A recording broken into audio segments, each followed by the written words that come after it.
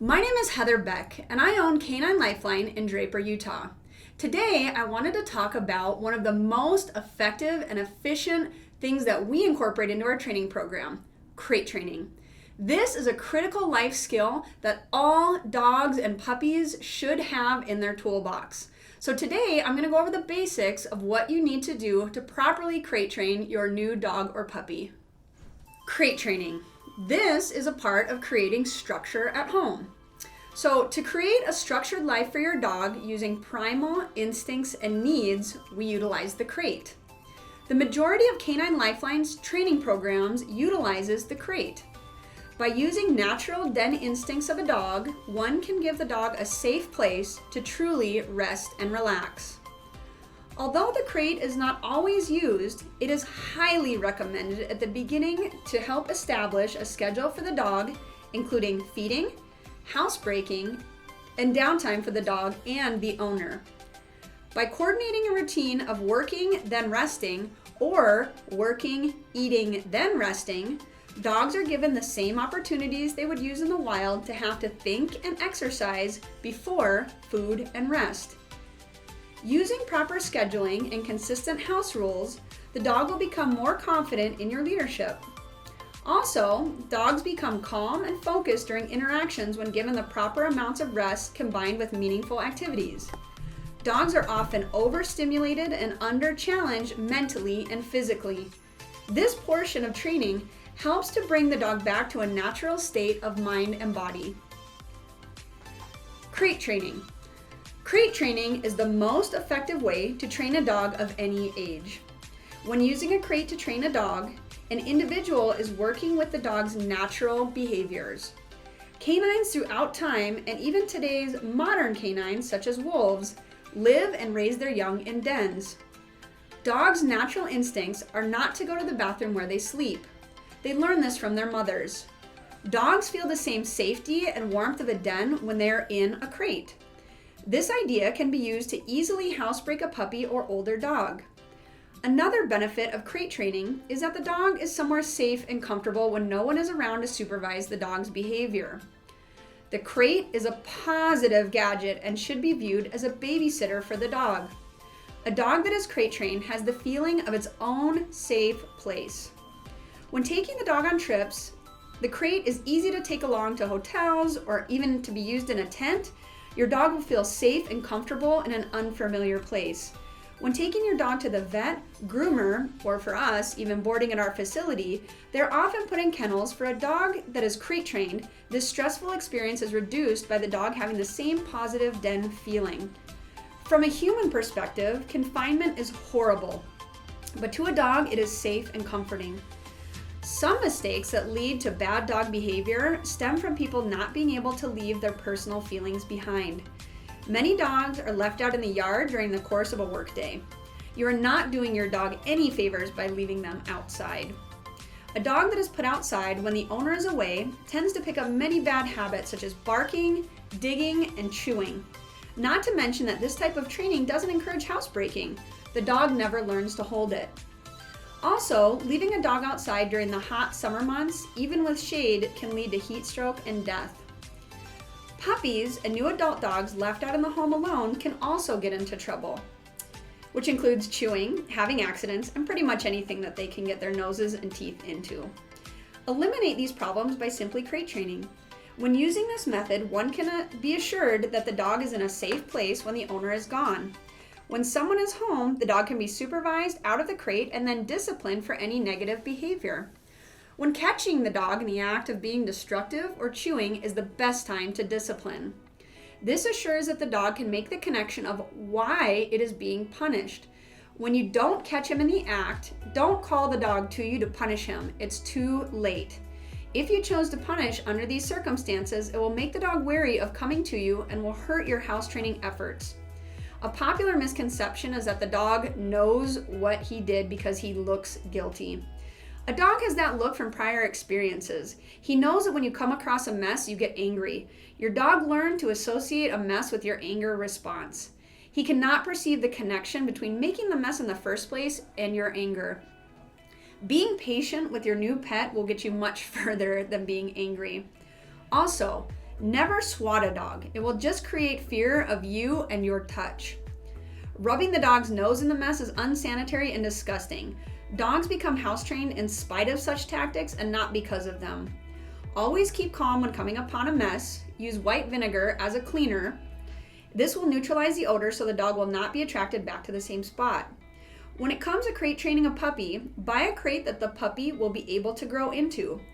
As an adult, the dog should be able to stand up and turn around in the crate. Make sure as a puppy that the crate has some sort of divider so the puppy can stand up and turn around, but not walk from one side to the other. Initially, the dog or puppy may whine when being put into the crate. Be patient. Don't encourage bad behavior by letting the dog out of the crate every time he is whining. The best idea is to put the dog into the crate before leaving. That way you will not be tempted to let the dog out. So if you have a dog who is struggling in the crate, no matter what crate option you're choosing, something that may really help is to cover them with a blanket or a sheet. You don't want it to be too hot so that they're not getting a lot of ventilation, but usually just to cover the front really makes a difference. So we will just take a blanket or a towel or a sheet and just cover across the front of this. It really helps to keep the dog from being too distracted when the dog is in the crate. After you leave, the dog will settle down.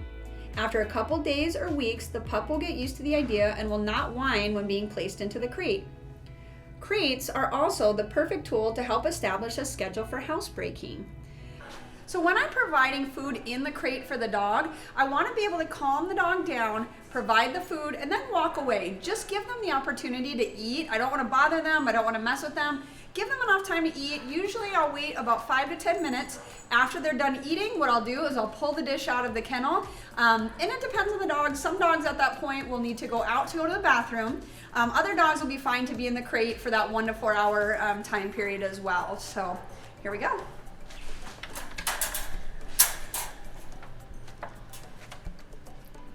I give her an opportunity to calm down. As you can see, she's super excited. I'll provide the food, and I'm gonna close the door and step back. This is really a beneficial way to keep dogs from becoming possessive about their food in the crate or the kennel, is not to just sit there and bother them. So step away, let them eat their food, and when they're finished, we'll go ahead and collect the dish. When returning home, immediately let the pup out of the crate and let it outside to go to the bathroom. After the dog has relieved itself, let it back into the house. Now you are home to keep an eye out for any behavior that may need to be corrected, like chewing or having accidents. Your dog may need to be on a leash when out of the crate at the beginning to help set structure and keep the dog out of trouble. How long can you ultimately leave a dog in a crate unattended? That depends on your dog and your schedule, but it should not be longer than the course of a workday. When getting a puppy, keep in mind that they have to eliminate 2 to 3 times more often than adult dogs. Until a puppy is about 6 months of age, it is unrealistic to expect it to last more than 4 hours during the day. When getting a puppy, make sure to adjust your schedule accordingly. So there are some do's and don'ts when it comes to crate training. So some do's of crate training include making it a safe and comfortable place for your dog to truly rest and get downtime. Adjust where the crate is depending on your dog. Some dogs do well in social areas like the living room. Other dogs will do better in a bedroom or basement where they're not distracted. Allow the dog access to the crate even after housebreaking. They like having their own room and space. Utilize the crate anytime you're gone until you know that the dog can be left out in the home and not have accidents and not be destructive. For some dogs, this may be months, years, or a lifetime.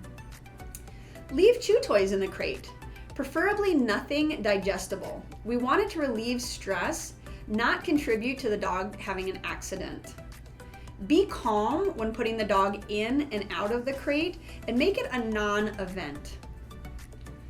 Get the dog calm using distance pressure before allowing the dog out of the crate.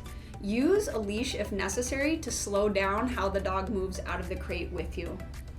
This is a great tool to help the dog understand you control the resource of space. So be consistent and it will reflect in every other area of the dog's training and your relationship with the dog. So when I bring the dog out of the crate, that is when I want to be able to provide them water. So either as they're going out or as they're coming back in. So just consider that another resource. It also helps you to track how much intake and water that the dog is actually drinking.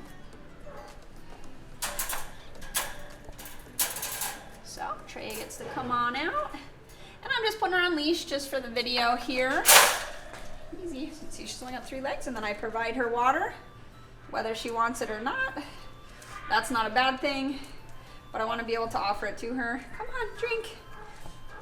And also what I'll do is I'll offer her water as I'm coming back in before I put her back into the crate as well. So there's many opportunities during the times that they're out during the structured activities that you'll be able to get them and make sure that they're getting water, where you don't have to leave water in the crate and worry about either having them to have to go to the bathroom more because they're drinking water in their crate, or worse, having them spill it and having them have to lay in water while they're in their crate. So best option to have it outside of the crate and offer it during the activities when they're out. Some don'ts of the crate. Never, ever use it as a form of punishment or as a timeout. Don't leave food or water in the crate. It will only encourage having accidents. You can feed them in the crate, but make sure that you remove the bowl and the water after that's completed.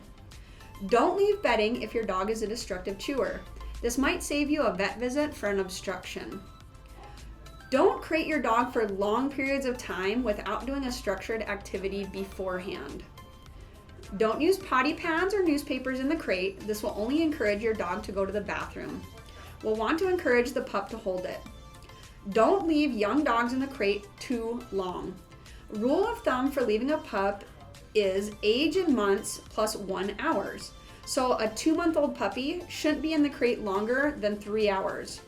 Throughout the night, we'll allow for about 1 or 2 more hours, but keep in mind, when getting a young puppy, you'll need to get up in the middle of the night for a potty break. So make sure that you're ready for that before you get a new baby.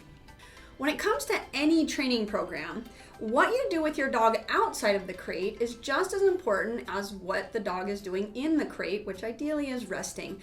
So we work a lot with what we call our hardcore program. This program is designed to help build structure and discipline for dogs and puppies. When the dog is out of the crate, it is time to focus on the dog and provide an outlet for the dog's mental and physical energy.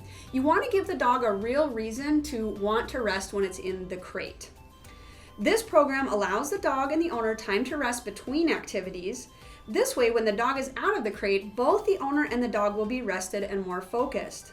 So first thing, when we're talking about this hardcore program, is we want to combine these working, resting, or working, feeding, resting activities kind of throughout the day. So anytime that the dog is out, we usually want to work with them about 15, 20 to 30 minutes of structured activity. And if you have questions about what structured activities look like, please see our 5 steps to a K9 Lifeline video. That'll walk you through activities that you can do with your dog before they're being put into the crate for that downtime and rest. But the 15 to 30 minute structured activity, then typically what you're looking at is to have the dog back in the crate for about 1 to 4 hours. This is very, very flexible. You're looking to get about 3 to 4 kind of structured activity sessions throughout the day and having the dog resting about 1 to 4 hours between each session. A healthy dog should be resting about 18 to 20 hours a day, and that can actually be even higher for a young puppy. So make sure that they really are getting that downtime and rest, because if they're not getting that downtime and rest, what you're gonna see is an irritable, mouthy, bitey, difficult dog that really struggles to actually focus. So when they are getting enough downtime and rest, you're gonna see a dog who's a lot more focused, a dog who's easier to handle, and a dog who really is a lot easier to build a better relationship with. So throughout this hardcore program, you're gonna look at working, resting, and then the rest times are always gonna be in the crate to help the dog to have that safe place to self-soothe and rest on their own, creating and utilizing this critical life skill that they will use forever. Thank you guys for watching our video. If you have any questions, we are available either through our website, through phone calls. We also have several online training options available to anyone in the world. But we definitely feel very strongly about crate training, and we would love to help you out. If any way that you're struggling, please reach out to us at K9 Lifeline, and thank you so much.